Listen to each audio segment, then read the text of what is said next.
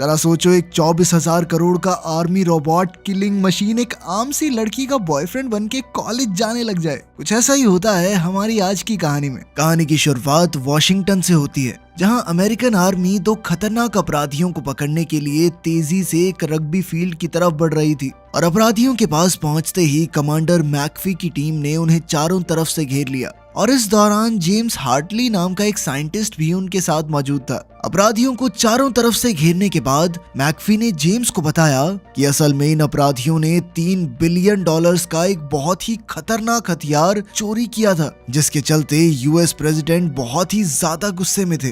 पर जेम्स ने उन अपराधियों को एक आखिरी मौका देते हुए सरेंडर करने को कहा। अगर अभी बाहर नहीं आई तो दोनों में से किसी को पार्टी में नहीं जाने दूंगा मैं। और ये धमकी सुनते ही वो दोनों लड़कियां चुपचाप बाहर आ गई। असल में वो लड़कियां जेम्स की बेटी मे और उसकी दोस्त गैबी थी, जो मामूली स्कूल जाने वाली लड़कियां थी। 2 दिन पहले अपने मैथ्स एग्जाम के दौरान मे और गैबी ने अपना पेपर काफी जल्दी खत्म कर दिया, जिससे हमें पता चलता है कि वो दोनों ही पढ़ाई में बहुत अच्छी हैं। एग्जाम खत्म होने के बाद मे जेडन नाम के एक लड़के को मैथ्स पढ़ाने के लिए गई, जो स्कूल का सबसे पॉपुलर लड़का था। पर मैथ्स में उसका हाथ काफी तंग होने की वजह से वो अक्सर मे से मदद मांगता था। अपनी इस पर्सनल क्लास के दौरान जेडन ने मे से पूछा कि क्या वो इस बार होम कमिंग पार्टी में आएगी। इस पर मे ने कहा कि शायद आ जाऊं, शायद नहीं। लेकिन जेडन कहने लगा कि ऐसे नहीं चलेगा, तुम्हें आना है। उसके कहने के ढंग से मे को लगने लगा कि शायद जेडन उसके साथ इस पार्टी में जाना चाहता है। लेकिन जब वो गैबी को ये बात बता रही थी तो जेडन की गर्लफ्रेंड नेव ने उनकी बातचीत सुन ली और फिर वो सबके सामने मे की बेइज्जती करने लगी।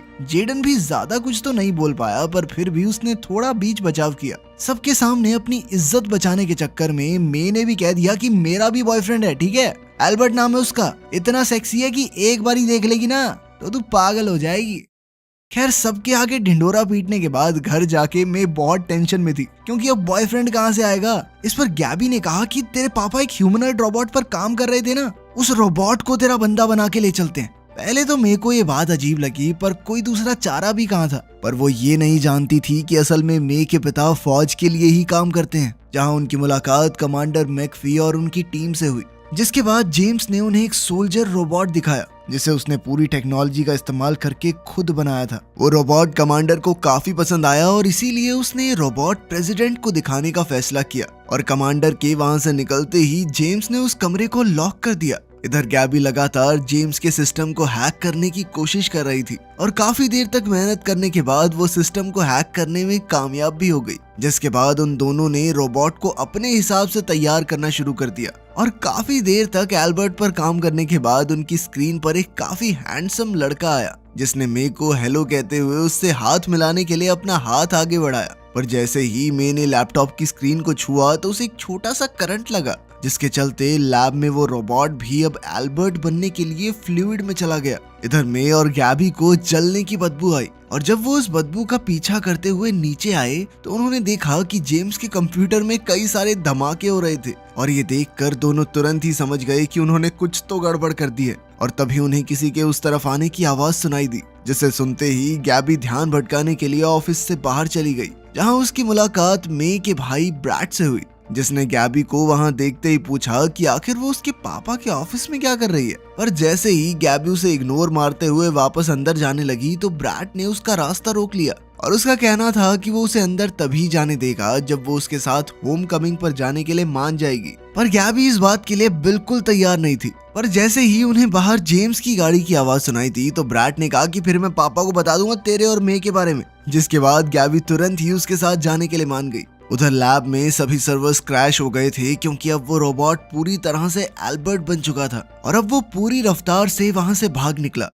इधर जब जेम्स गाड़ी पार्क करके अपने घर के अंदर आया तो ब्रैड ने तुरंत ही उसका ध्यान भटकाना शुरू कर दिया। पर इसी बीच जेम्स को कुछ जलने की बदबू आ रही थी। पर जब उसने ये बात ब्रैड को बोली तो ब्रैड ने उसे चाय पकड़ाकर सोफे पर बिठा दिया और साथ ही उसने जेम्स के लिए प्यारे प्यारे गाने लगा दिए। जिसके बाद जेम्स अपनी सारी टेंशन भूलकर चुपचाप सो गया। और जब ब्रैड आखिरकार अपने पिता के ऑफिस में गया तो उसकी नजर वहां पड़े खराब सर्वर्स पर पड़ी और जब उसने गैबी और मे से इस बारे में पूछा तब जाकर गैबी ने उसे पूरी सच्चाई बताई। जिसके बाद ब्रैड ने उसकी मदद करने से साफ इनकार कर दिया। पर तभी गैबी ने उसे उनकी आने वाली होम कमिंग डेट के बारे में याद दिलाया और ये बात सुनते ही ब्रैड उनकी मदद करने के लिए तैयार हो गया। अगली सुबह जब जेम्स की आंख खुली और जैसे ही वो अपने ऑफिस में जाने लगा, उसी वक्त उसके कमांडर का फोन आया जिसने उसे लैब में हुए धमाके के बारे में बताया। और ये खबर सुनते ही जेम्स तुरंत ही लैब के लिए निकल गया और उसने ये देखा ही नहीं कि ब्रैड पूरी रात उसके ऑफिस में सर्वर्स ठीक करने में लगा हुआ था। उधर लैब में जैसे ही जेम्स को रोबोट के भागने के बारे में पता चला तो वो बहुत ज्यादा खुश था, क्योंकि आखिरकार उसका रोबोट इतने सालों की मेहनत के बाद ठीक से काम कर रहा था। उधर जैसे ही मे और गैबी स्कूल पहुंचे तो नेव ने उन्हें बताया कि उसने एल्बर्ट को सोशल मीडिया पर फ्रेंड रिक्वेस्ट भेजी है ताकि वो मे के झूठ को पकड़ सके। ये देखकर मे और गैबी काफी हैरान थे, पर नेव का कहना था कि उन्होंने एल्बर्ट की एक झूठी प्रोफाइल बनाई होगी ताकि वो अपनी बात सच साबित कर सके। इधर लड़कियां झगड़ ही रही थी कि तभी एल्बर्ट ने लैम्बोर्गिनी में एंट्री मारी और उसके गाड़ी से उतरते ही सभी लोगों का ध्यान उसकी तरफ खिंच गया। एल्बर्ट हूबहू बिल्कुल वैसा ही था जैसा गैबी ने उसे प्रोग्राम किया था और ये देखकर वो काफी हैरान थी कि तभी नेव ने एल्बर्ट से उसके और मे के रिश्ते के बारे में पूछा, जिस पर एल्बर्ट ने जवाब दिया कि वो दोनों एक दूसरे से काफी ज्यादा प्यार करते हैं। ये जवाब सुनकर नेव अंदर तक जल गई और वहाँ खड़ी बाकी लड़कियां एल्बर्ट की पूरी तरह दीवानी हो गई। उस दिन का स्कूल शुरू होते ही मे ने अपना ज्यादातर समय एल्बर्ट के साथ ही बिताया, जिसके चलते गैबी खुद को काफी अकेला महसूस कर रही थी और इसीलिए उसने इस बारे में एल्बर्ट से बात की, जिस पर एल्बर्ट ने उसे बताया कि वो अपना मिशन पूरा करते ही चुपचाप वहां से निकल जाएगा और उसका मिशन था मे के साथ बेहतरीन रोमांटिक पल बिताना। उसी दिन फुटबॉल प्रैक्टिस के दौरान एल्बर्ट ने 170 पुशअप मारकर जेडन का रिकॉर्ड भी तोड़ दिया, जिसे देखकर सभी लोग हैरान थे और उसकी ये ताकत देखकर कोच ने उसे एक रग्बी बॉल पकड़ाई और उसे जितनी दूर तक हो सके उतनी दूर फेंकने को कहा। जिसके बाद एल्बर्ट ने वो बॉल इतनी तेजी से फेंकी कि वो वहां खड़े एक लड़के को अपने साथ पीछे बने शेड में ले गई। उसी दिन स्कूल के बाद जब मे एल्बर्ट के साथ घर जाने लगी तो जेडन ने उसे उनकी पर्सनल क्लास के बारे में याद दिलाया, पर मे उसे क्लास के लिए मना करके सीधा एल्बर्ट की गाड़ी में बैठ गई। जिसके बाद एल्बर्ट मे और गैबी को एक पार्क में लेकर गया, जहाँ उसने मे से उसके साथ होम कमिंग पर जाने के लिए पूछा, पर मे का मानना था कि वो इस लायक नहीं है और इसीलिए उसे हाँ बोलने में काफी झिझक हो रही थी। इसके बाद मैंने गैबी से पूछा कि क्या वो ठीक है, जिस पर गैबी ने जवाब दिया कि अब एल्बर्ट उन दोनों की दोस्ती के बीच में आ रहा है, क्योंकि मे का सारा ध्यान सिर्फ एल्बर्ट पर ही रहता है। पर तभी एल्बर्ट ने एक गिटार लेकर मे के लिए गाना गाना शुरू कर दिया, जो मे को बहुत ही ज्यादा पसंद आया और वो एल्बर्ट के साथ होम कमिंग जाने के लिए तैयार हो गई। तभी गैबी को ब्रैड का फोन आया, जो कि बहुत ज्यादा घबराया हुआ था और उसने गैबी को जल्द से जल्द घर आने को कहा। उधर जेम्स को समझ नहीं आ रहा था कि आखिर उसका रोबोट चोरी कैसे हुआ, पर तभी उसे याद आया कि उसके घर पर भी सॉफ्टवेयर की एक कॉपी मौजूद थी। इस दौरान ब्लैक सिग्मा नाम की एक गैंग को चोरी हुए रोबोट के बारे में पता चल गया था, जिसे वो कई महीनों से चुराने की कोशिश कर रहे थे। जैसे ही गैबी घर पहुंची तो उसने देखा कि ब्रैड बहुत ज्यादा डरा हुआ था, जिसके बाद उसने गैबी को बताया कि असल में जेम्स कोई वीडियो गेम कंपनी के लिए नहीं बल्कि फौज के लिए काम करता है और वो रोबोट कोई मामूली रोबोट नहीं है, एडवांस वेपन है जिसे गैबी ने अनजाने में मे का बॉयफ्रेंड बना दिया है। ये बात सुनकर गैबी भी काफी ज्यादा डर गई और तभी उन्हें किसी के आने की आवाज सुनाई दी, जिसे सुनते ही वो दोनों अलमारी में छुप गए। अगले ही सेकंड ब्लैक सिग्मा गैंग के आदमी जेम्स के ऑफिस में पहुंचे और एल्बर्ट का डेटा चोरी करने के बाद उन्होंने कंप्यूटर को तबाह कर दिया। पर चीजें और ज्यादा खराब तो तब हुई जब यूएस आर्मी की एक टीम भी वहां पहुंच गई और जेम्स के कंप्यूटर की हालत देखकर वो लोग तुरंत ही समझ गए कि ये काम ब्लैक सिग्मा गैंग का था। तब तक ब्रैड और गैबी ने लिविंग रूम में पढ़ाई करने का नाटक शुरू कर दिया था और जब जेम्स ने उनसे चोरी के बारे में पूछा तो उन्होंने ऐसा नाटक किया मानो उन्हें कुछ पता ही ना हो। जनरल को उनकी बातों पर भरोसा नहीं था और जब उसने दोबारा उनसे ये सवाल किया तो ब्रैड ने अपने पिता से पूछा कि आखिर ये वर्दी में आदमी कौन है। जेम्स हमेशा अपने बच्चों से अपने काम की असलियत छुपाना चाहता था और इसीलिए उसने जनरल को एक वीडियो गेम कंसल्टेंट के तौर पर इंट्रोड्यूस करवाया, लेकिन ब्रैड अब तक सच्चाई जान चुका था और उसे इस बात का गुस्सा भी था कि उसके पिता ने पिछले 5 साल से उनसे सारी बातें छुपा कर रखी थी। पर जैसे ही वो अपने पिता को सच्चाई बताने वाला था तभी गैबी किसी बहाने से उसे बाहर ले गई। उधर ब्लैक सिग्मा को भी अब तक एल्बर्ट के होम कमिंग मिशन के बारे में पता चल गया था और इसीलिए उन्होंने गैबी और ब्रैड का पीछा करने का फैसला किया ताकि वो एल्बर्ट तक पहुंच सके। थोड़ी देर बाद उनका पीछा करते हुए वो लोग एक रग्बी फील्ड में पहुंच गए, जहां गैबी और ब्रैड की मुलाकात एल्बर्ट और मे से हुई और इस बार ब्लैक सिग्मा ने अकेले अकेले गैबी और ब्रैड का पीछा करने का फैसला किया ताकि वो लोग एल्बर्ट तक पहुंच सकें। उधर गैबी मे को अकेले में बात करने के लिए ले गई, जिसके बाद एल्बर्ट ब्रैड से बात करने लग गया और तभी उसकी नजर ब्लैक सिग्मा के एक सदस्य पर पड़ी, जिसे उसकी आंखों में लगे स्कैनर ने तुरंत ही पहचान लिया और इसीलिए वो उस आदमी को अकेले में ले गया, जहां उसने बड़ी ही आसानी से उसे नॉकआउट कर दिया। इधर गैबी लगातार मे को ये समझाने की कोशिश कर रही थी कि एल्बर्ट सिर्फ एक रोबोट है, पर मे को ऐसा लग रहा था कि एल्बर्ट सच में उससे प्यार करता है। पर गैबी चाहती थी कि एल्बर्ट की मिशन कमांडर होने के तौर पर मे उसका सेल्फ डिस्ट्रक्ट मोड ऑन कर दे, पर मे को ये बात बिल्कुल भी हजम नहीं हुई और अब उसका मानना था कि गैबी को उससे जलन हो रही है और इसीलिए उसने गैबी के साथ अपनी दोस्ती खत्म करने का फैसला किया।